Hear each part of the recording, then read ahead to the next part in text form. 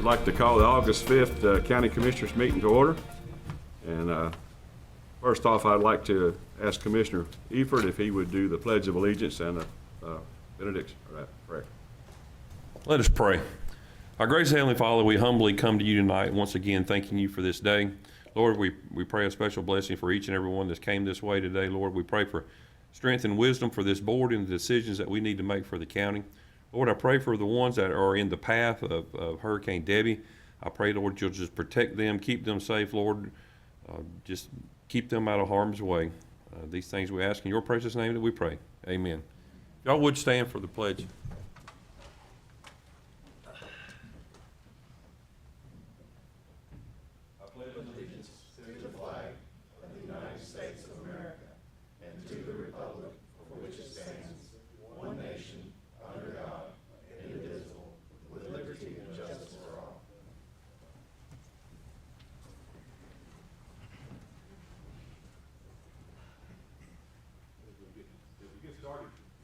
As we get started tonight, Chairman Lawhorn is on vacation, but he's attending by phone tonight.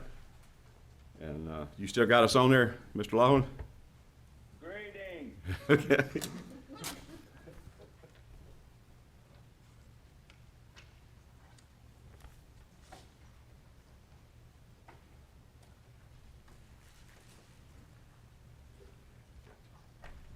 Okay.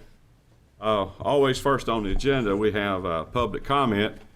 And I only have two signed up, and they appear to be for the land use agreements that we've got coming up later on. So I'd ask if you wouldn't mind wait till then to speak on that. And is there anyone else out there that has any public comment they'd like to make before we go on? Okay. If not, the first thing on the agenda is the introduction of our new Economic Development Director, and it's Mr. Andy Lucas presenting. Thank you, Mr. Chairman and members of the board. It's my pleasure this evening, and I'll have Elizabeth Underwood come up and join me.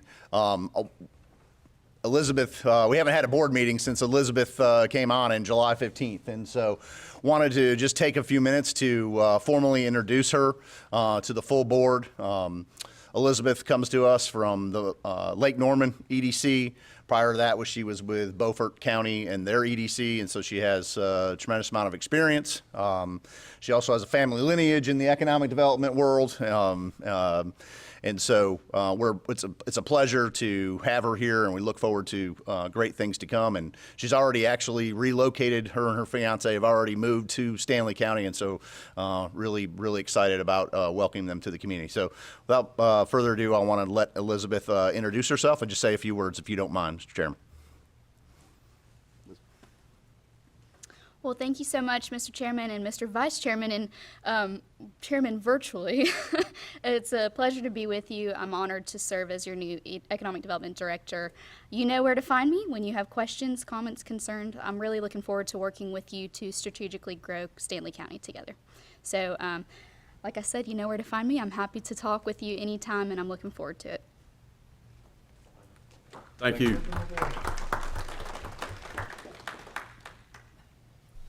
Okay. Next on the agenda is the tax collector's annual settlement. Presenter, Mr. Clinton Swearingen.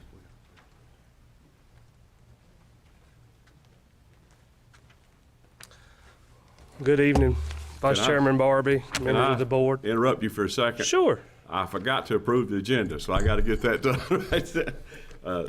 Anybody have any changes in the agenda? I make a motion, we approve the agenda. I have a motion. A second. All in favor? Aye.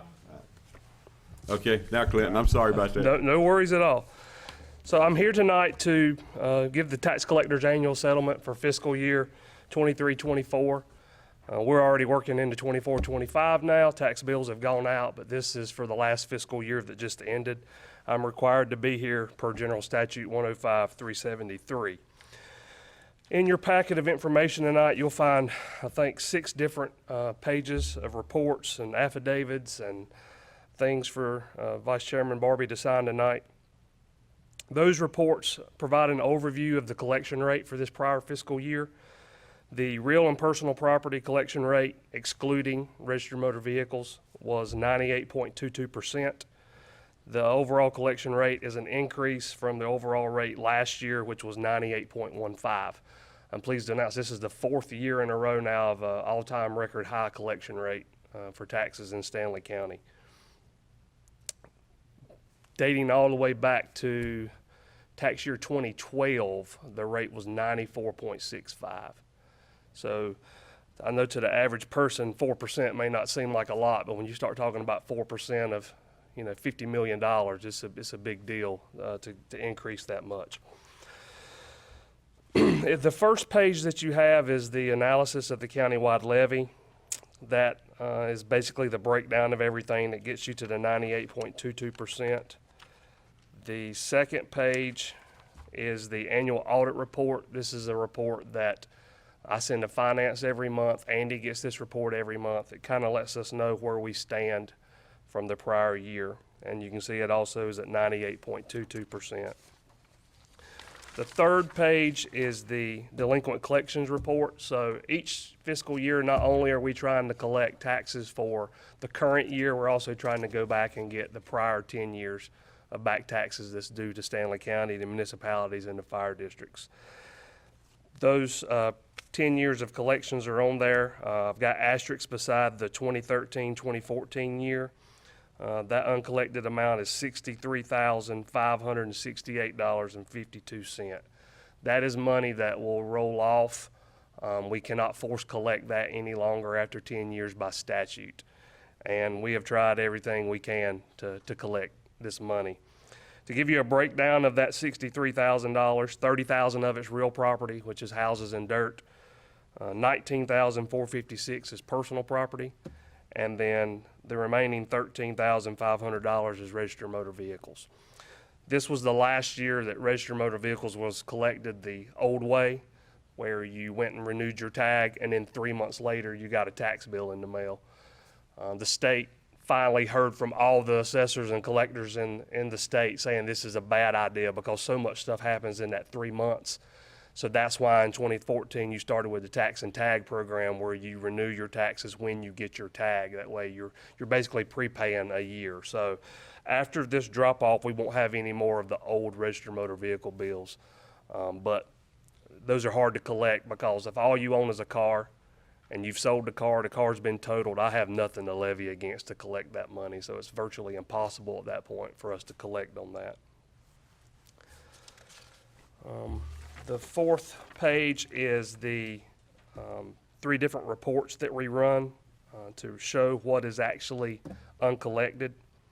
And that number is $667,245.21. And that's broken down into 106,000 personal property, 529,000 real property, and 31,000 in gap. We get a lot of questions about what gap is, so I'll take a moment to explain that. Gap bills are when you renew your tag late.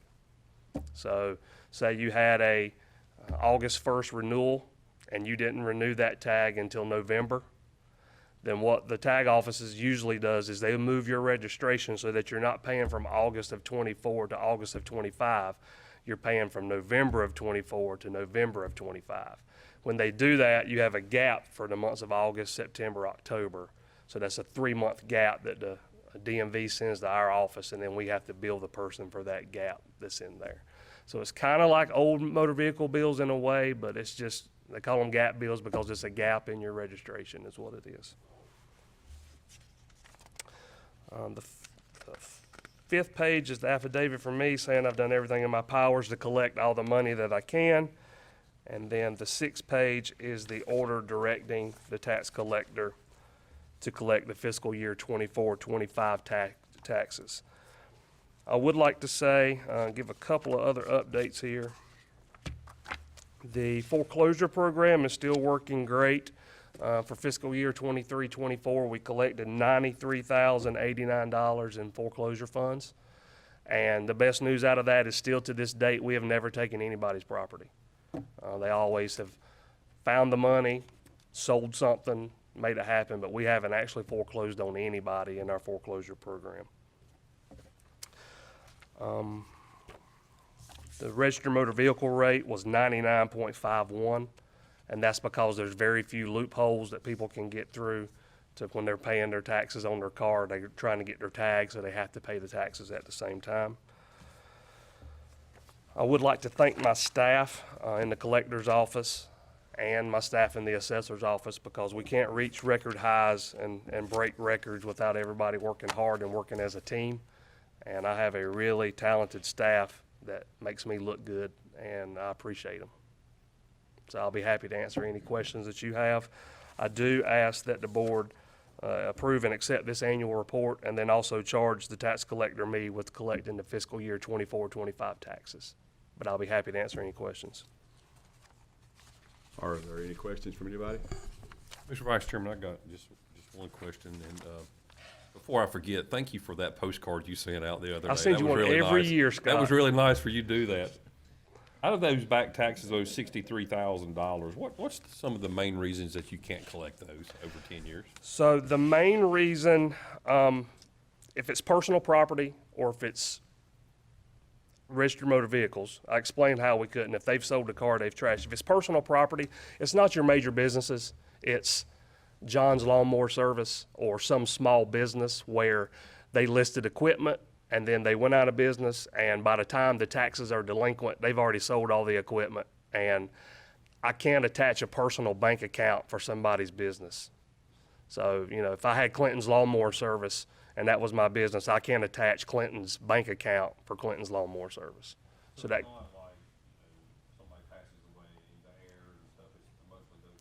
well, a lot of the real property is air stuff, but a lot of that is small money. I mean, when I know to everybody watching and here in the audience, $63,000 is a lot of money, but when you do the math on that fiscal year, we've literally collected 99.99% of the taxes that were due to everybody. This is a small percentage that gets rolled off, unfortunately. But if we had unlimited funds to throw at it, I mean, yeah, we could hire more foreclosure attorneys, and I could collect a lot of that $30,000, but it might cost us $60,000 to collect it. Thanks, sir. Yes, sir. Anyone else have anything? No, sir, Mr. Chairman. I make a motion to accept and approve the annual settings report. Sorry, hang on.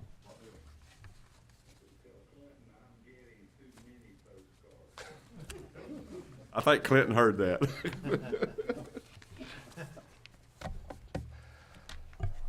I'm sorry, Brandon, go ahead. Mr. Vice Chair, I make a motion that we accept and approve the annual settlement report and charge Clinton Swearingen, the tax collector, with collecting the 24-25 taxes. Yeah, I have a motion by Chairman King. Have a second? Second. Second by Peter Shudo. Mr. Shudo. All in favor? Aye. All opposed? The motion carried. Thank you, board.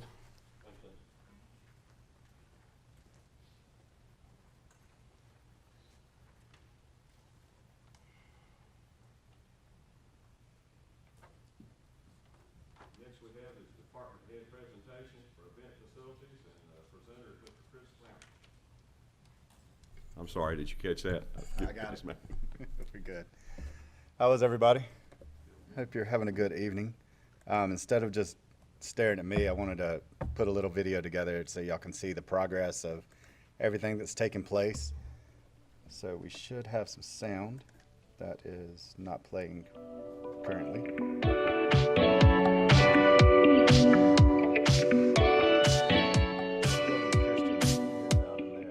Right here to let you into Basically what it is, livestock the arena, facility itself is which is complete. looking We got our fencing CO is pretty much done. Wednesday a before lot of miscellaneous July, stuff that still needs to be done. You'll see the 19th. floor is pretty We much got our done TCO in here. and our CO. The There's facility has gone painting through and a ton of we change. have power, It's all the painting. got a great floor, all the painting's been done, and there's toilets. I came to y'all last time. So what do He wants you to speak into the microphone. My apologies. We've got the floors done, the painting's done, the arena itself is done, the fencing is finished. Rusty Russell and the grading company did a phenomenal job on grading it. When you're under the facility itself, it's probably 10 to 15 degrees cooler than it is outside. The fans really take care of it. We got our CO right in time for our first event, which was the dog trial. As Rebecca Gibson was able to bring her dogs out there, and they listened to the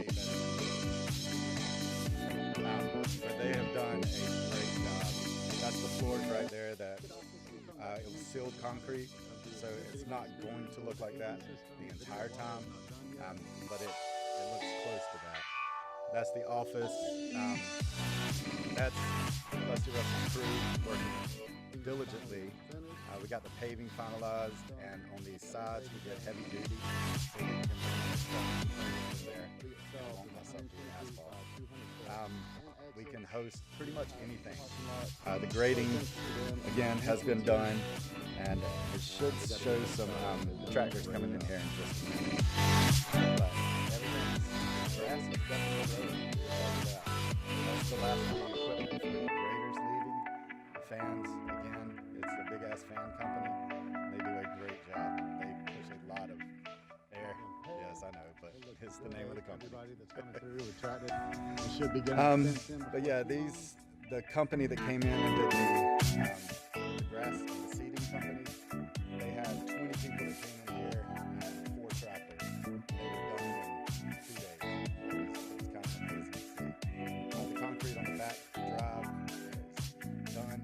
Looks good. These are the guys that came in here.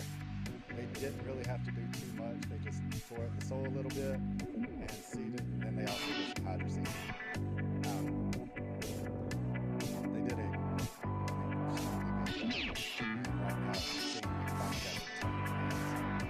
right now. There's the mural. Hopefully this time we're not having but this is the sheepdog trials that took place. It was our first event, and it was a really cool event. These dogs are very intelligent. Cody Hunnicutt actually came to the event, tried to promote the facility a little bit. And then this past weekend, we had our first event in the exhibit hall, where the picture wall gets done. But we were able to host the Carolina Wildlife Project.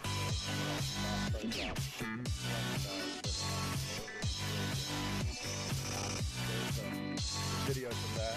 Probably had over 500 people there. They came and enjoyed themselves, and that's about it. So everything's been going good.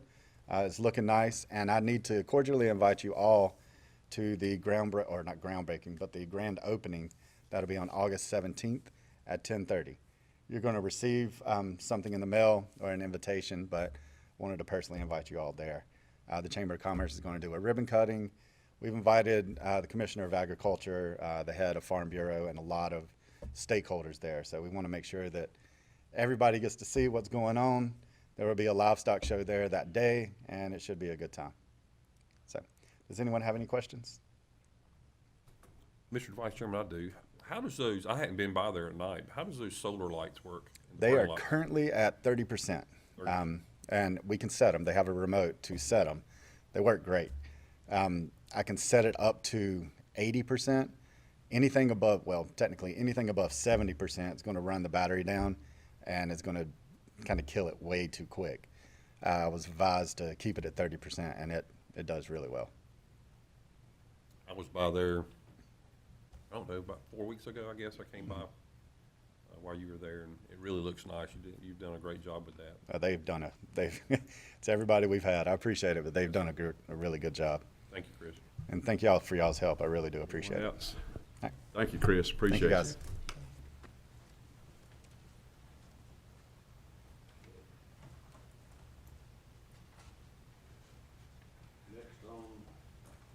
Next on the agenda is the rezoning request by Mr. Garrett Smith, ZA 24-04, and Mr. Andy Lucas. Yes, thank you, Mr. Chairman. This zoning request is from Mr. Garrett Smith to rezone an 8-acre portion of a 16.0 acre tract on NC 2427 in the Frog Pond area from County RA to County General Business in order to construct and operate a welding and fabrication business. Mr. Smith is proposing to construct the welding and fabrication shop on 4 acres. At the time of the request, the remaining 4 acres would be used for outside storage. According to Mr. Smith, the welding and fabrication shop will have 12 employees. At the time of Mr. Smith's application for rezoning, the property is in the secondary growth area per the 2040 San Diego County Land Use Plan map. And there's some additional details in the memo in terms of traffic count on NC 2427 and information regarding the planning board meeting. The planning board met on July 15th to consider this action. One of the board members had to recuse themselves because they own property adjacent to this property that's proposed to be rezoned. And so there were actually 4 members who heard the case at the planning board, and all 4 members voted in favor of recommending this rezoning to the county commissioners. There is a map in your proposal or in your agenda packet that an aerial map that shows the back where they're proposing to those back 8 acres of that 16-acre tract that they're proposing to rezone. It's highlighted in yellow inside the blue highlight for the full 16-acre tract. Then the next map in your packet actually is a zoning map, so it shows the other zoning designations on properties that were in the general area of this. So you can see there are a couple other general business and other highway business designations up at the corner of Frog Pond and NC 2427, and at the corner of Newsom and 2427 as well. Trying to see, there were a couple questions asked about ingress and egress at the planning board meeting, but there's sufficient land there for them to access the back 8 acres that they're asking to be rezoned from the property, and that addressed one of the questions that the board had, the planning board had, and other than that, there was a question about the outside storage, and at the planning board, Mr. Jimmy Woods was present to address questions on behalf of the applicant. And I'll be happy to stop there and ask any questions before the board holds a public hearing. Anybody have any questions to ask Lucas?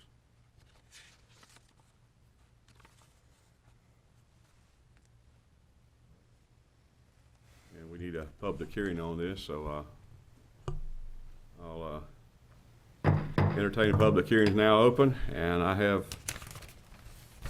don't know if this is the people want to speak on this or not, but anybody to speak with the ZA24 ZA24-04 Mr. Smith rezoning property. Anybody here to speak for or against it, please come forward.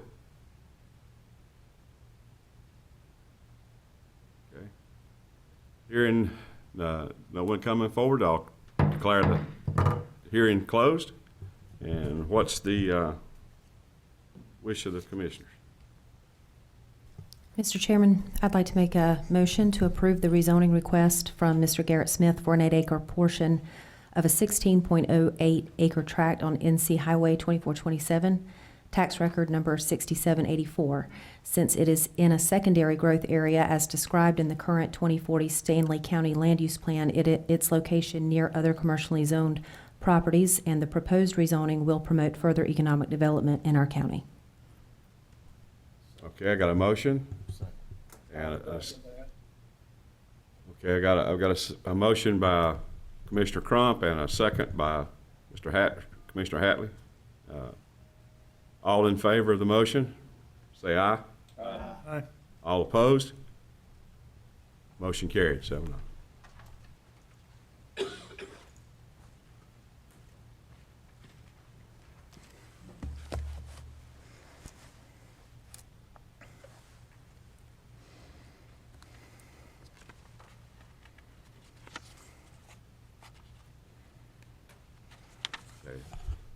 My next item would be the ZA 24-05, which is the amendment to the 2040 Stanley County Land Use Plan map. Presenter Andy Lucas. Yes, thank you, Mr. Chairman and members of the board.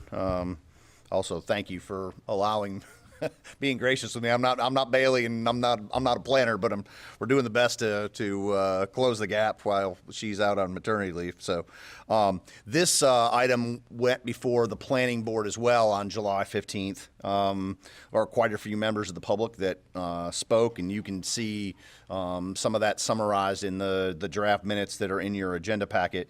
This would redesignate several of the areas around the 4 municipalities in the western part of the county. So Red Cross, Oakboro, Stanfield, and Locust, and adjust those areas and removing all the current primary and secondary growth areas and redesignate those to the rural preservation area. Now, keep in mind, this won't impact the ETJ, and it's your second page in this on this item in your agenda. There's actually a map that Bailey put together before she did leave that shows sort of with the hashed out lines the ETJ for Oakboro as well as Locust. So there are some areas out there that are sort of listed as secondary or primary growth areas.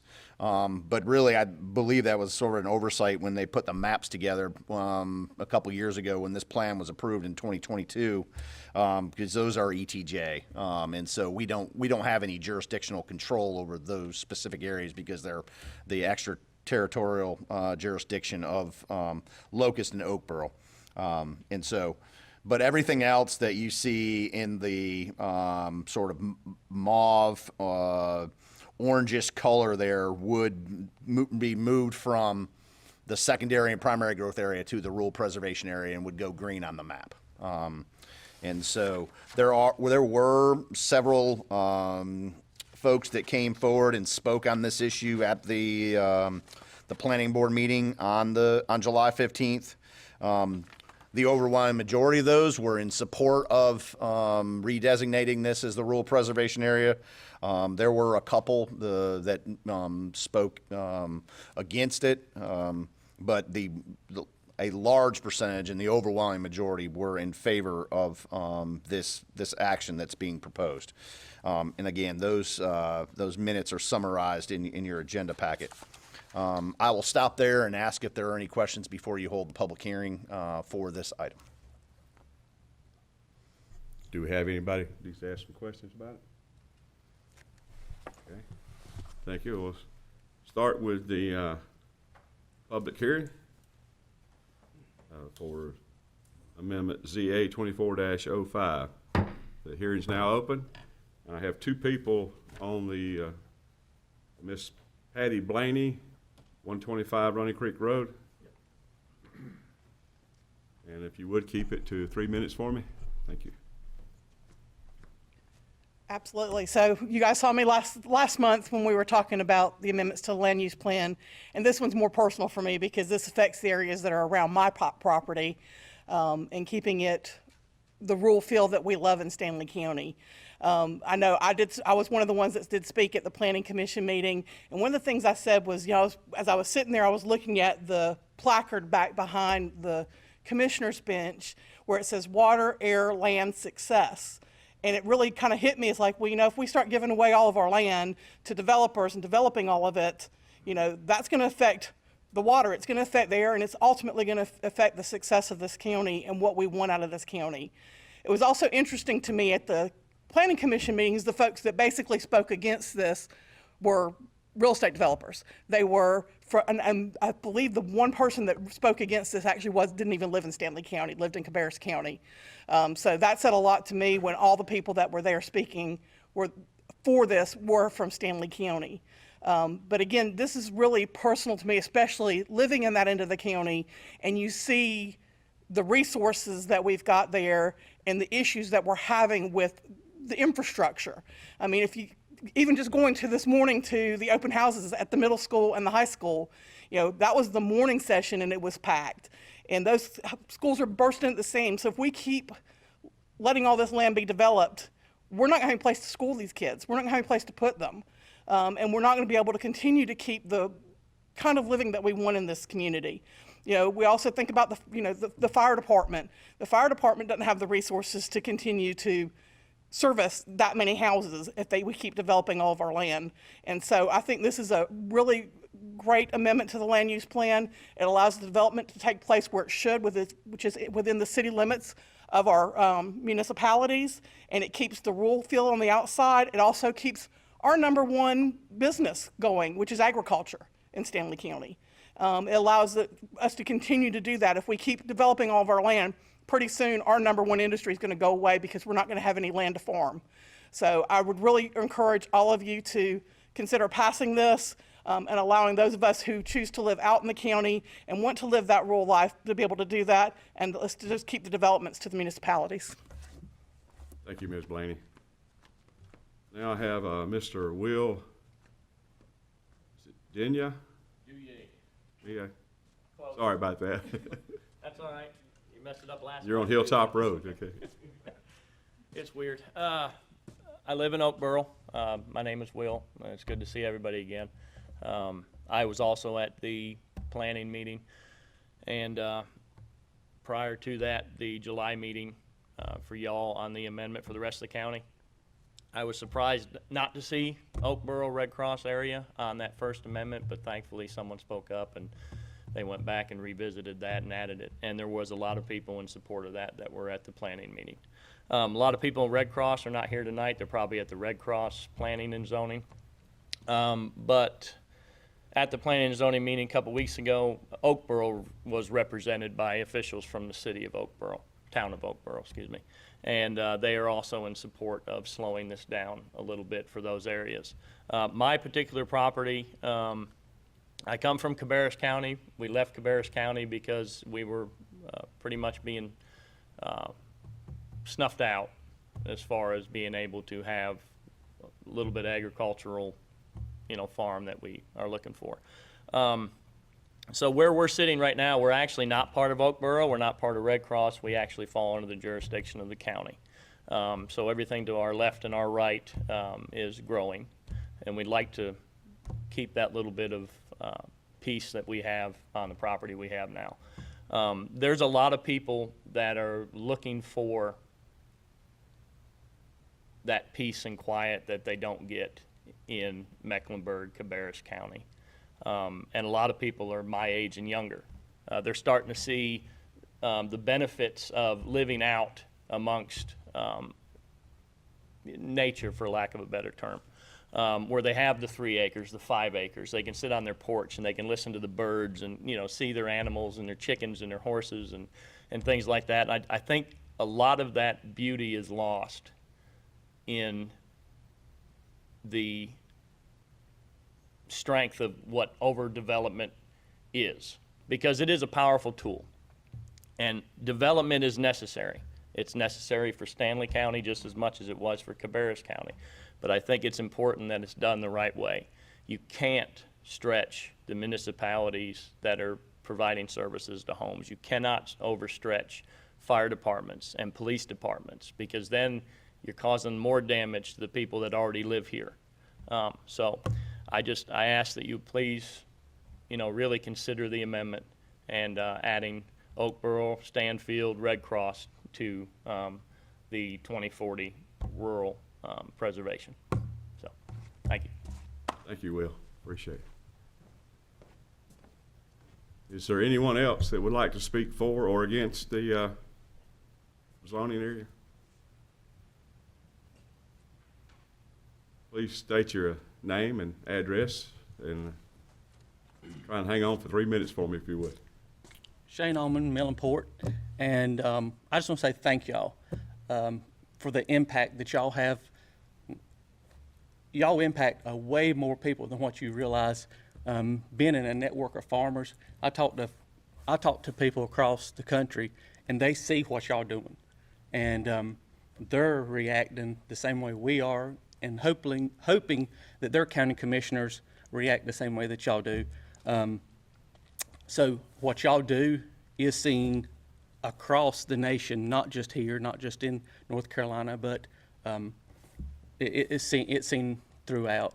And I just want to say thank y'all for everything you do, the hard work that you've done. And it does make a difference to families that depend on agriculture, depend on forest products, and that just want a county living way of life. Thank y'all. Thank you, Mr. Allman. Is there anyone else that would like to speak for or against it? Please state your name and address for us, and try to keep it to 3 minutes if you can. Well, good evening to the commissioners, the board, and everybody else here. Thank you for the opportunity to speak on the public comment of the land use. My name is Luke Furr. I live at 20852B Old Mill Road, Albemarle, North Carolina. At last month's commissioners' meeting, Peter Escudo said this board continues to take away people's freedoms. We talk about giving people's freedoms back, but this board on numerous occasions continues to take people's freedom away from them. As I see it, your property rights are already gone. Not mentioning property tax, the government already tells you what you can build on your property and how to build it. As farmers, we are told what practices and methods we can use in order to be eligible for crop insurance, and what and when we can apply to our crops and how it is to be applied.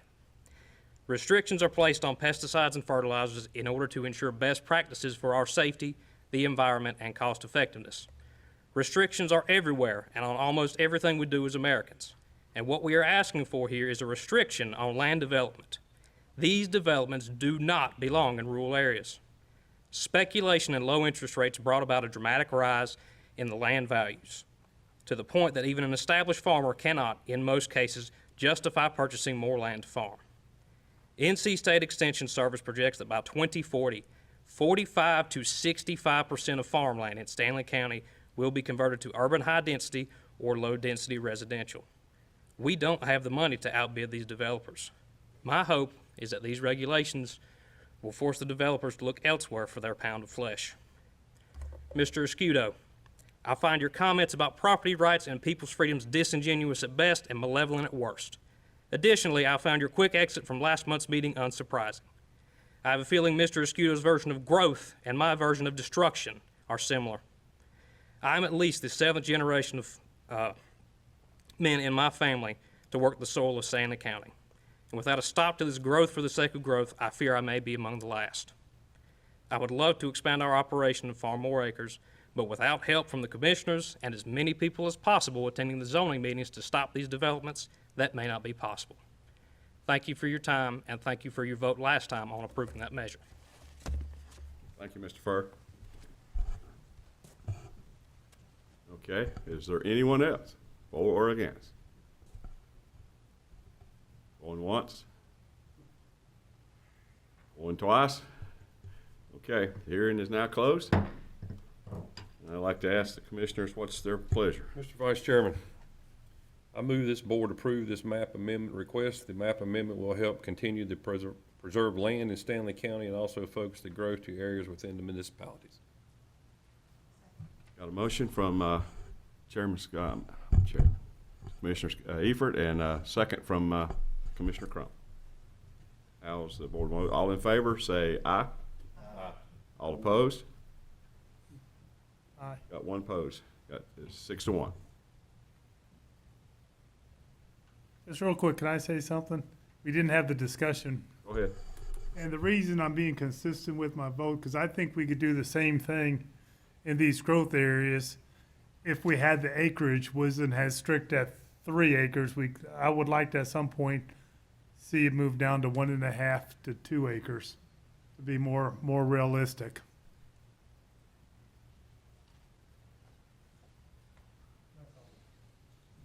All right, let's move on. And our next item is the library public art painting, and that's presenter Mr. Peter Escudo. Sorry, Commissioner Escudo.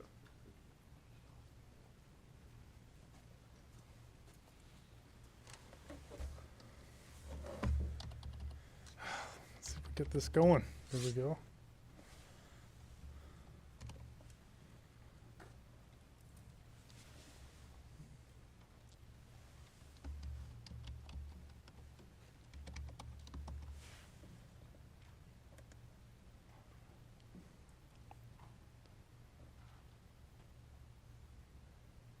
I think this is.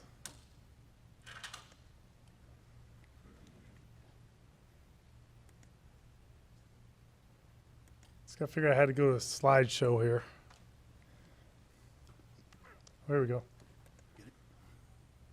Yes, I thank y'all for letting me do this presentation.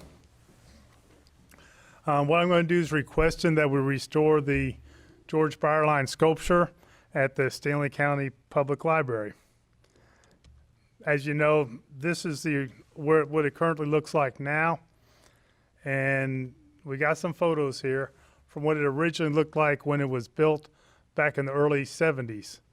And it was a famed artist, George Byerline, was commissioned to create public art as part of the new architectural design of the new structure. And just a note, I noticed that it's on the little placard there. I guess it used to be called the Albemarle Stanley County Library. And then in 1975, I guess the library became we took ownership of the library in 1975 and became the government body for it. But if you look at the photos, you can see how they're two-toned, which they have a black grayish on the front, and the blue is the accent rather than the main focus. And George Byerline, the artist, he's a famed artist. He taught at NC State for many years, from 1955 to 1986. And 1967, he received his Master's of Fine Arts from the University of North Carolina at Chapel Hill.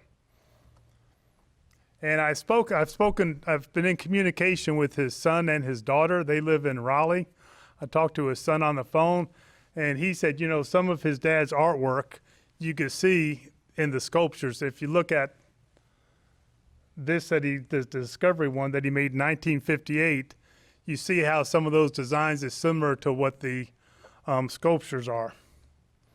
And he's also very colorful. He also did a lot in colors. And this quote is from Architects and Artisans magazine. The role of the artist is to see what is in the world today. And the Mike Welton wrote, and George Byerline, perhaps the best known North Carolina artist of the late 20th century, certainly lived by that belief. And once again, over the years, the sculptures have been painted. I think they were painted all black, and then they were painted all blue by a community group, and we appreciate the community group doing this. And they painted it with the information they knew at the time. I guess they scraped off the black paint and saw the blue underneath it and painted everything blue. As you can see, this is a piece that's designed for that opening, and there's art attached to the wall and attached to the building. And there's been a revitalization of downtown Albemarle. The city has invested in Courthouse Plaza, and the Williams brothers and some others have been doing some murals downtown, and they're even doing these ghost murals, and they're pulling out the murals that were done years and years ago. And also they did the one right behind Livy Bugs right there, the one with the flowers and the ladybug, which is beautiful investments. And then what I'm requesting, and County Manager Lucas got some prices for me, for $2,700 to paint it to the original colors, and also to have an outdoor, I believe it's called art label or signage, to show something a little more about George Byerline, because he is a incredible artist that's one of North Carolina's best known, and should honor that. And then if this is approved, I would be willing to leave a collaboration with interested parties to host some sort of a rededication ceremony of the sculpture, and that would be no cost. No cost to the county for that, to have a rededication ceremony. And this is kind of cool. If you click on a couple of these links, that's a little history of George Byerline from Gallery C. You see some of his works.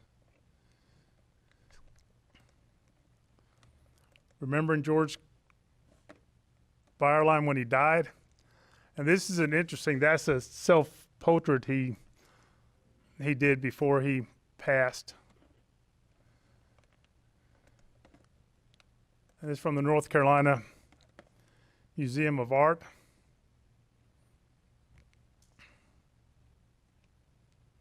So he is an abstract artist. And then the other one that's kind of interesting is on this, the NCMA Learn. This is kind of interesting how they use his artworks for education. If you look at this photo here, it was actually a classroom project, and they had the students count how many sides does a rectangle have, how many rectangles do you find in the picture.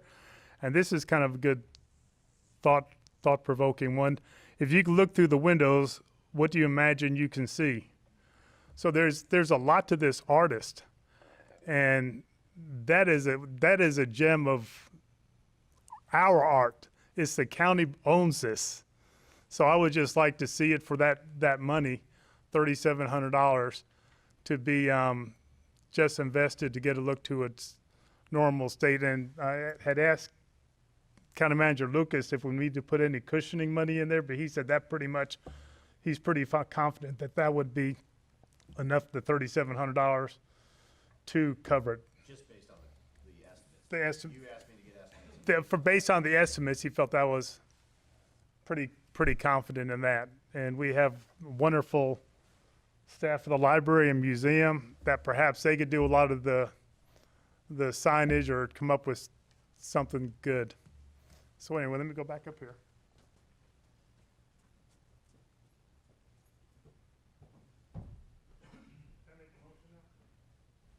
I'd like to see if anybody has any questions for you.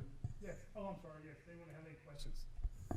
I guess the only question I have is, Mr. Byerline was an incredible artist, I won't dispute that, but I believe this is his only sculpture that he's ever performed, correct? I think he did too. That would make it pretty impressive.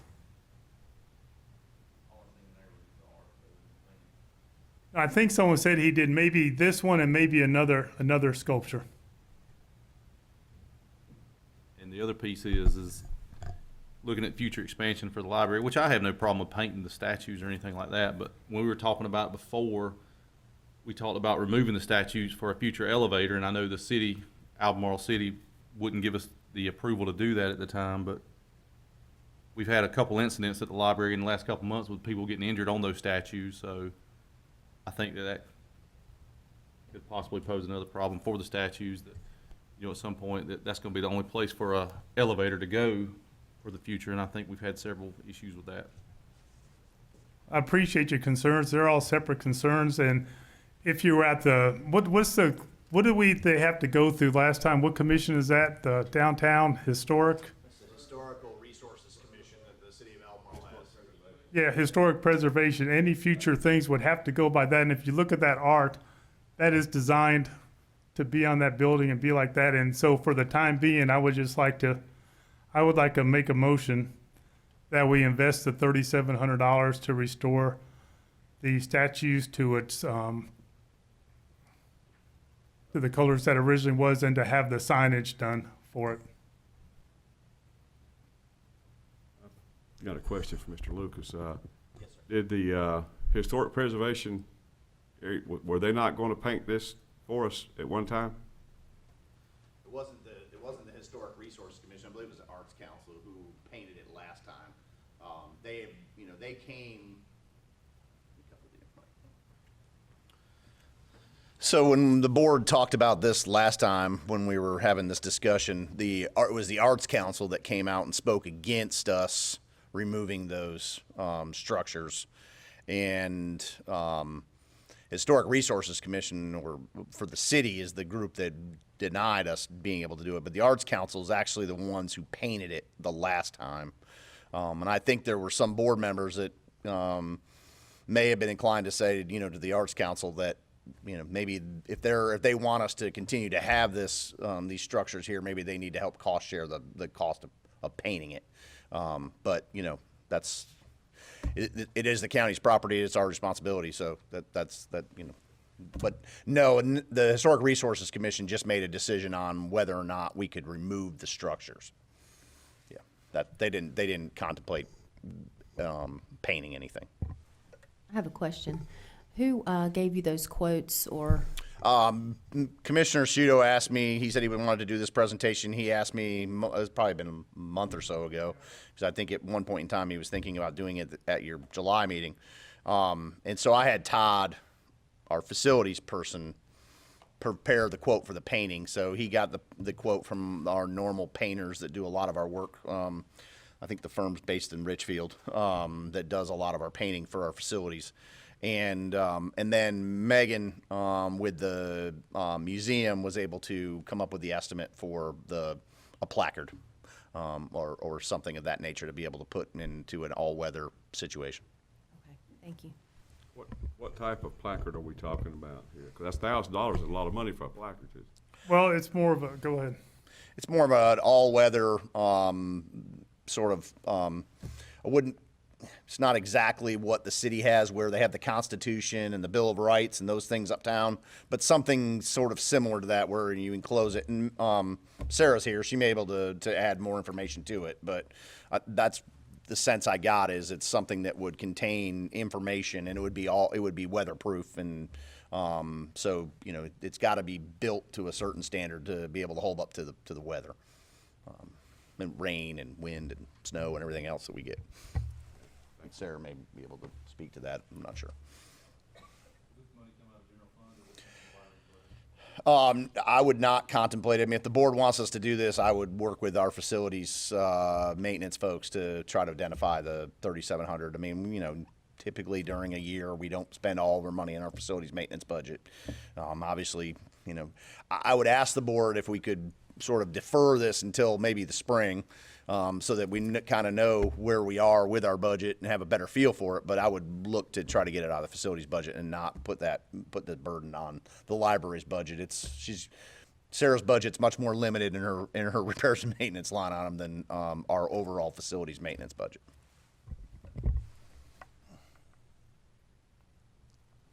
I have another question. I'd like to know how Ms. Hahn feels about this being repainted. Your opinion of this?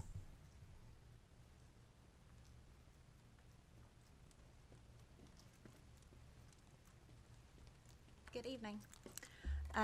Personally, I'm so short. I don't know. My belly's getting, my baby belly is in the way of, can you hear me? The question was, she's asked the library director to talk about the painting of the structure. Can you hear me?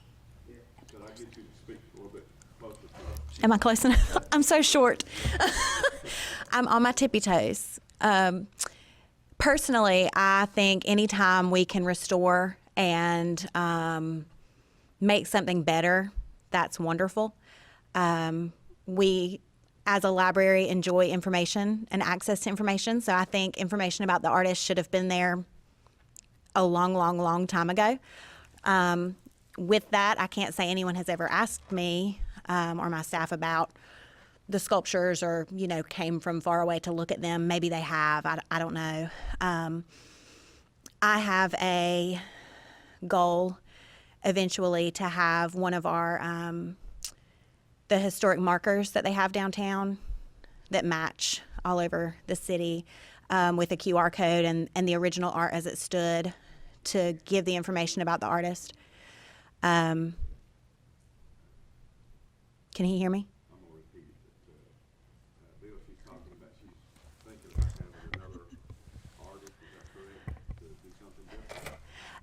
No, the folks, that's better. The folks who created the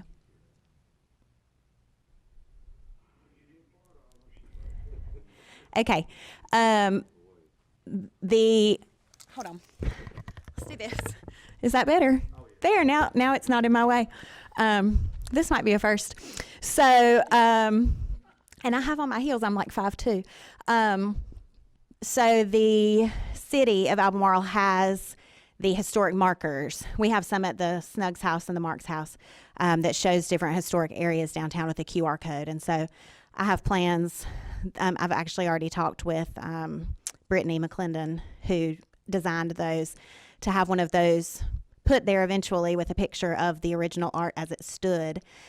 I have visual goals, ideas, a mock-up of what the space we hope can one day look like with the patron access elevator. Some of the art as it stands, the ones that are attached to the walls, and the multi-purpose space now restored for additional programming and things like that. So down the road, how I feel about it is not your question. So do I think we should restore them? Do I have an issue with it? I think anytime we can make something better, that's great. I also know that I spent months of preparation with my budget, as I know you all do as well. And I put in everything that I felt was very important and that should be at the top of the list. And with that included creating a handicap accessible entrance to the downstairs. So we are on the books with Seven Oaks. The PO has been processed to get that door available to access our freight elevator, which is not intended for people to use, but is our only choice right now. So that I put that in the budget instead. And so as far as long-term goes, I think painting them is great. I don't think it fixes the accessibility issues that we have, though. Thank you.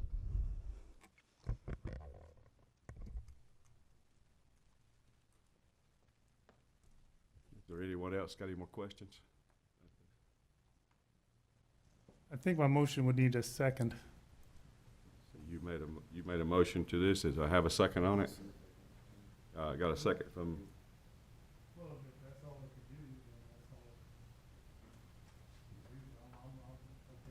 I'm okay with the motion as we just did it. Okay, and I have a second from Mr. Hatley. All in favor, say aye. Aye. All opposed? Motion passes 7-0.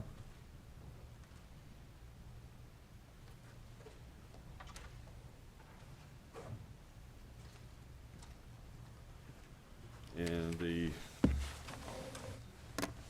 next item is the West Stanley Volunteer Fire Department Finance and Acknowledgement. Mr. Andy Lucas. Thank you, Mr. Chairman. Moving from libraries to the fire departments. Welcome to county government. So the West Stanley Fire Department, Volunteer Department is planning to finance improvements to their base 46 location in Locust. Financing will be with Home Trust Bank in Asheville, North Carolina. They are planning to borrow roughly $2.56 million via tax-exempt loan for a fixed interest rate of 5.3 over a 15-year term. I've attached some information for you so you can help you with any decision making you need to do. Their balance sheet was in there rendering the facility.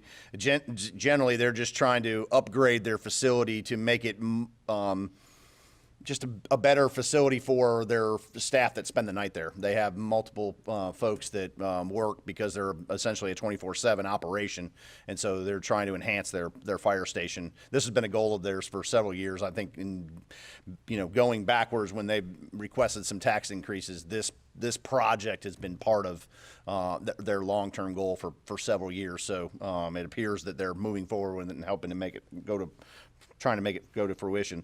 Essentially, all you're doing in this letter is acknowledging that you've been told by the fire department that they are going to finance $2.565 million at this interest rate.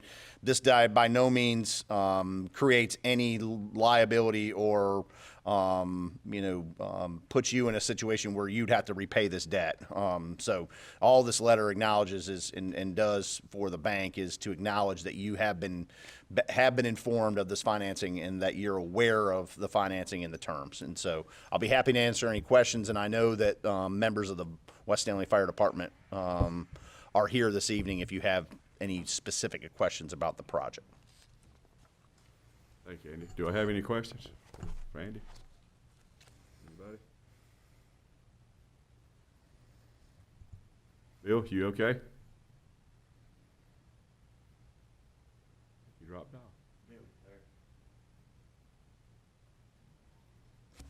Must have muted him.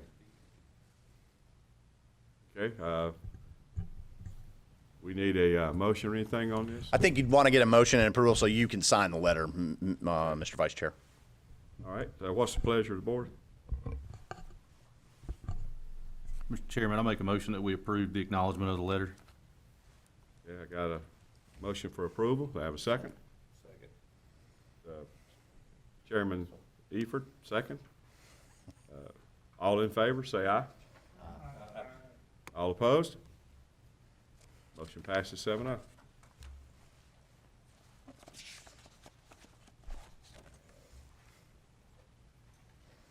All right, the next thing on the list is the NCACC Legislative Goal Request Resolution.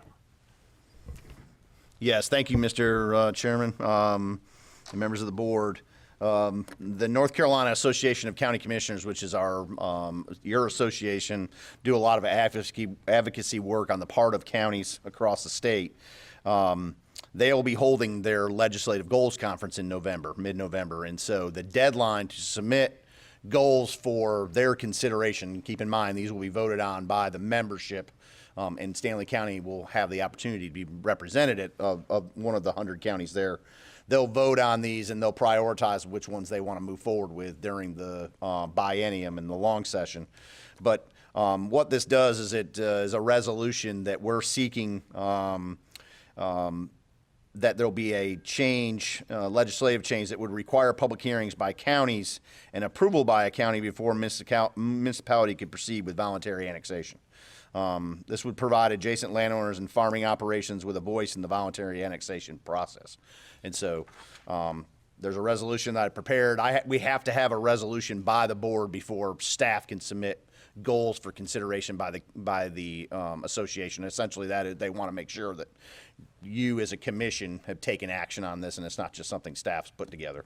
And so I had shared this with you probably 3 or 4 weeks ago on I think on a Saturday morning as an idea that you may be interested in, and several of you responded, yes, I'd like to see this. And so it's before you for consideration this evening. Again, you putting this resolution, approving this resolution, me submitting it, doesn't guarantee that it'll get voted on by all the 100 counties and get put on their advocacy agenda, but without putting it forward, it definitely won't get on there. So I'll stop there and answer any questions the board may have.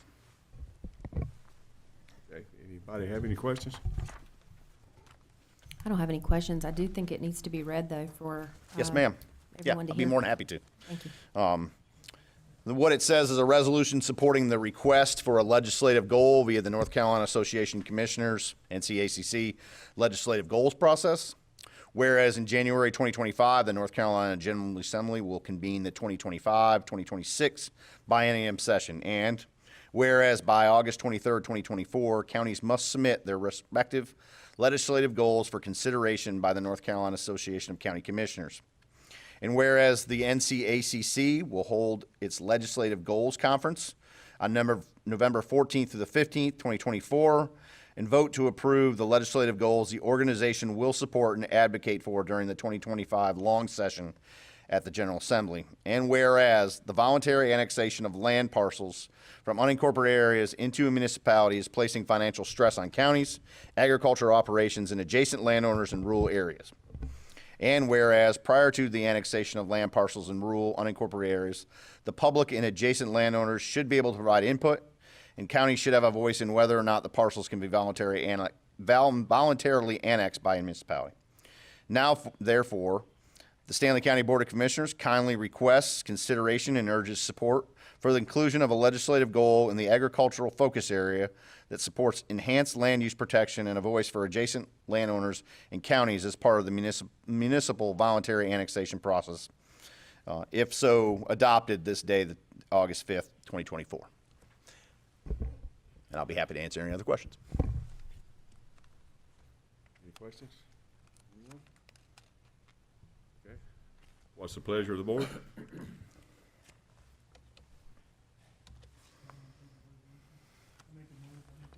Make a motion, we approve the resolution. Second. Got a motion by Commissioner Shudo. Do I have a second? Second by Commissioner Hatley. All in favor, say aye. Aye. All opposed, no. Motion carried, 7-0. Okay.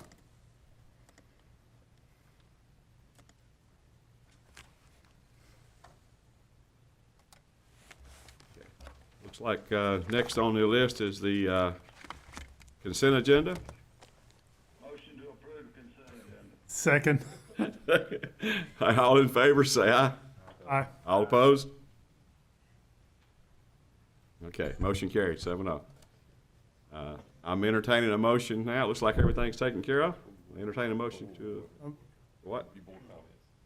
Oh, you're right. We gotta have board comments, and I'm gonna start out with Mr. Shudo. Just want to thank y'all for your support on the George Fireline sculpture. I think if it's done properly, that is a gem that you will not be able to replace with a QR code. So I appreciate the support. Okay. Mr. King, good? Mr. Eford? I'm good, sir. Mr. Hatley? Mr. Crump? I want to thank everybody for putting up with me from my meeting, and I'm looking for someone to make a motion to adjourn now. Make a motion to adjourn, sir. And Second. Motion to adjourn from Mr. Eford and Chairman Lawhorn, the second. The meeting.